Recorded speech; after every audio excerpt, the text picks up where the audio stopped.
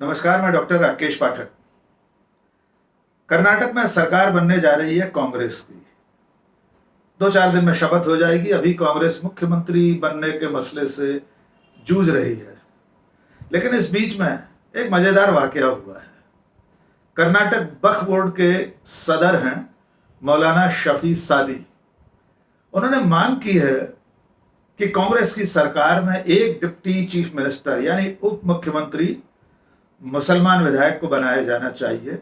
इसके अलावा मुसलमानों के कोटे के लिए उन्होंने 5 मंत्री पद और मांगे हैं।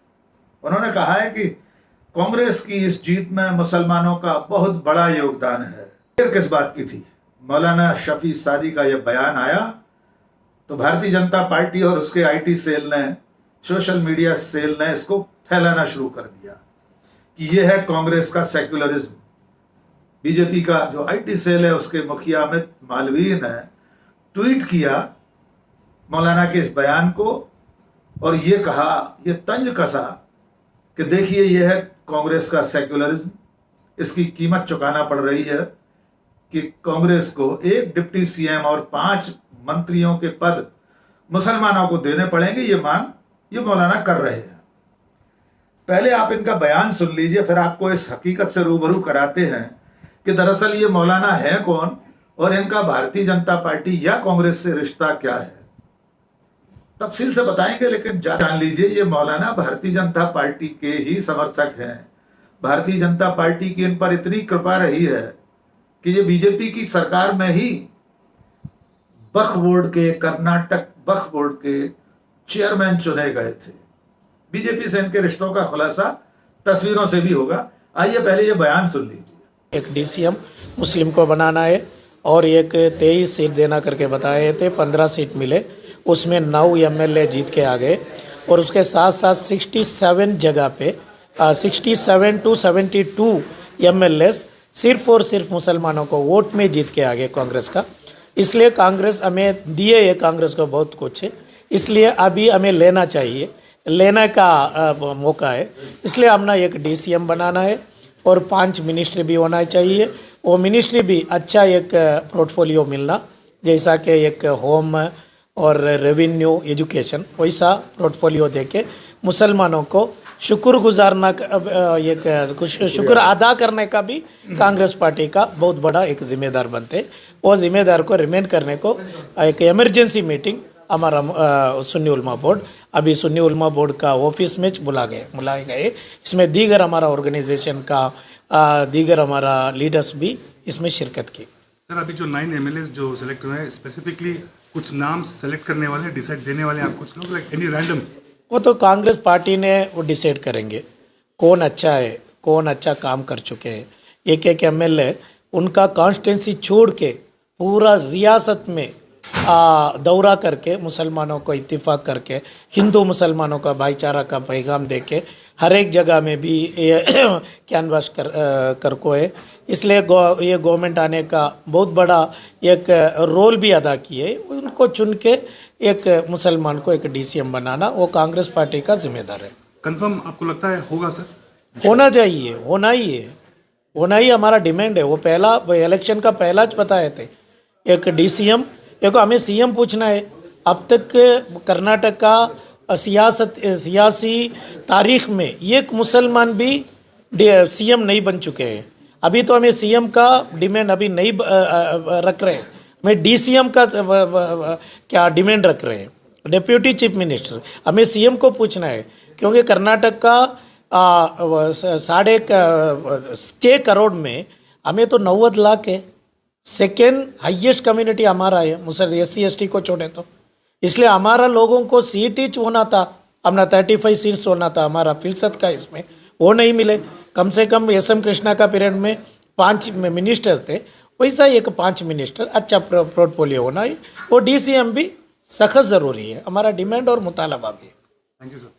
तो मौलाना साहब कह रहे हैं कि कांग्रेस के 9 एमएलए जीते हैं, इसमें बाकी भी जो जीते हैं जो गैर मुस्लिम हैं वे भी 67 से 72 ऐसे एमएलए हैं 136 में से जिन्हें मुसलमानों के वोट से जीत हासिल हुई है।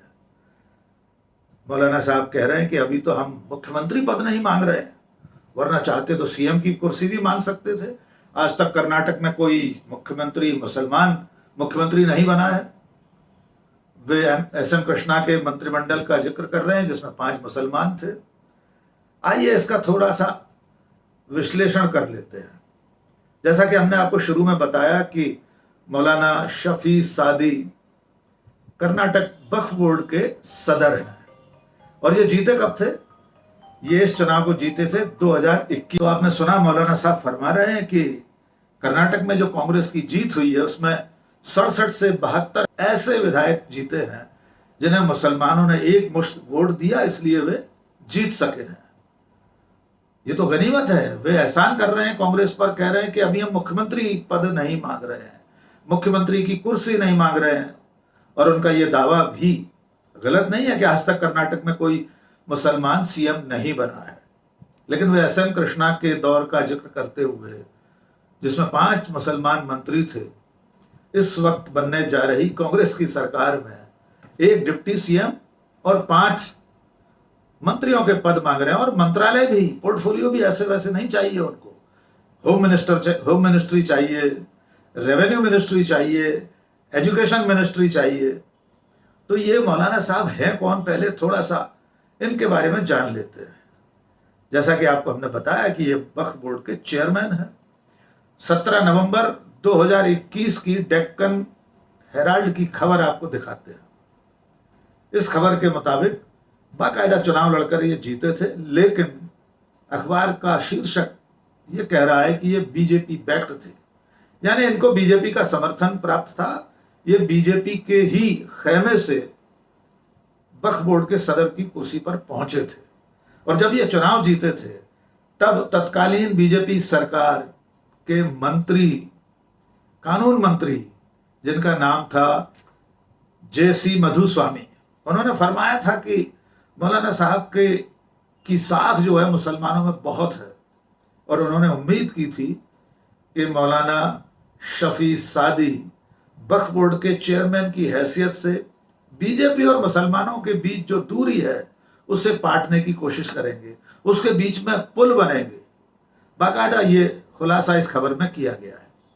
एक और मंत्री थी, वक्फ मंत्री शशिकला, उन्होंने भी कहा था कि हम इनको पूरा सपोर्ट करेंगे। और उन्होंने कहा था कि मौलाना साहब और ये वक्फ बोर्ड जो है इनकी सदारत में शिक्षा को लेकर, तालीम को लेकर काम करेगा। इन तस्वीरों से और इन बयानों से बहुत साफ है कि वक्फ बोर्ड के चेयरमैन तक की कुर्सी पर पहुंचने में भारतीय जनता पार्टी का खुला समर्थन इनको मिला हुआ था। मौलाना साहब के इस बयान के बाद बीजेपी ने इसे हाथों हाथ लिया। अमित मालवीय जो बीजेपी मीडिया सेल के सदर हैं, मुखिया हैं, उन्होंने इसे ट्वीट किया और दावा किया कि इतनी इतनी कुर्सियां, इतने इतने पद एक मुस्लिम नेता मांग रहा है। इस बयान के साथ अमित मालवीय ने तंज किया, कटाक्ष किया कांग्रेस पर कि ये देखिए कांग्रेस का सेक्युलरिज्म, इसकी कीमत कर्नाटक को अदा करनी पड़ेगी कि एक मुसलमान अब पद मांग रहे हैं मंत्रिमंडल में। चंद मिनट में इसका खुलासा हो गया कि अमित मालवीय, जिसे कांग्रेस का नेता समझकर, कांग्रेस के खेमे से जुड़ा हुआ मुस्लिम नेता समझकर ट्वीट कर रहे हैं, वो दरअसल में भारतीय जनता पार्टी का समर्थक है। भारतीय जनता पार्टी उसकी समर्थक है। डेक्कन हेराल्ड का हमने आपको जिक्र किया, उस अखबार की कटिंग आप देख चुके हैं। और अमित मालवीय के ट्वीट के जवाब में फिर कांग्रेस का मीडिया सेल कूदा। गुरदीप सिंह सप्पल, कांग्रेस के प्रवक्ता, राष्ट्रीय प्रवक्ता, उन्होंने कहा है कि ये तो बीजेपी का नेता है, बीजेपी से जुड़ा हुआ मौलाना है। और अब इस तरह के ट्वीट करके कर्नाटक में विभाजन की राजनीति बीजेपी कर रही है। तमाम सारे ट्वीट्स की झड़ी लग गई, जिससे यह साबित हुआ कि मौलाना शफी सादी भारतीय जनता पार्टी के समर्थक हैं और भारतीय जनता पार्टी का हाथ उनके कंधे पर रहा आया है। अब लोग ये सवाल पूछ रहे हैं कि मौलाना साहब जब कर्नाटक में बीजेपी की सरकार थी, येदुरप्पा या बोम्मई साहब अभी मुख्यमंत्री थे, तब कितने मुसलमान मंत्री थे सरकार में? तब आपने मुस्लिम उप मुख्यमंत्री DCM की मांग क्यों नहीं की थी? लोग पूछ रहे हैं कि इससे पहले आपने कोई बयान ऐसा दिया था जिससे यह साबित हो कि आपने बीजेपी की सरकार में भी किसी मुसलमान विधायक को डिप्टी सीएम या मिनिस्टर बनाने की मांग की थी? दरअसल में इसमें एक समस्या है। मौलाना साहब मांग करते भी कैसे? बीजेपी की सरकार में, बीजेपी के प्रत्याशियों में मुसलमान का नाम ढूंढे नहीं मिलता। इस चुनाव में भी भारतीय जनता पार्टी ने एक भी मुस्लिम को विधानसभा में प्रत्याशी नहीं बनाया था। लोग तो ये सवाल भी पूछ रहे हैं कि मौलाना साहिब, 2019 के लोकसभा चुनाव और अभी पिछले उत्तर प्रदेश के विधानसभा चुनाव में एक भी मुसलमान को भारतीय जनता पार्टी ने प्रत्याशी नहीं बनाया था, तब आप कहां थे मौलाना साहिब?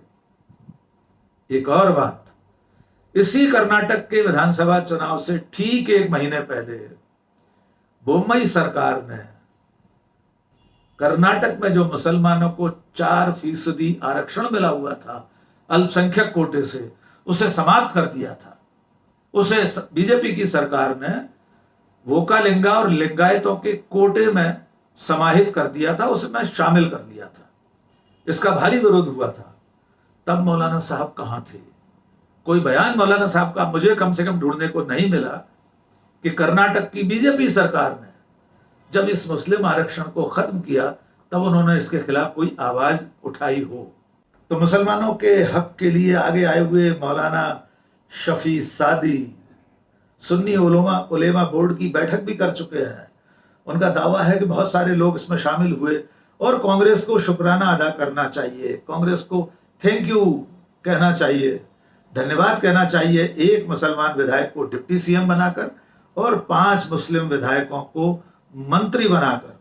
देखना होगा कांग्रेस उनकी इस मांग को किस तरह लेती है। क्या उनकी ये मांग पूरी होती है या कांग्रेस उन्हें यह आईना दिखाकर खामोश कर देगी कि आप तो भारतीय जनता पार्टी से जुड़े हुए हैं। आखिर में बस इतना ही कि अगर आपने हमारे चैनल को अब तक सब्सक्राइब नहीं किया है तो फौरन सब्सक्राइब कर लीजिए, लाइक कीजिए, कमेंट कीजिए और दोस्तों और शुभचिंतकों के बीच में साझा कीजिए। आज बस इतना ही। बहुत बहुत शुक्रिया। जय हिंद।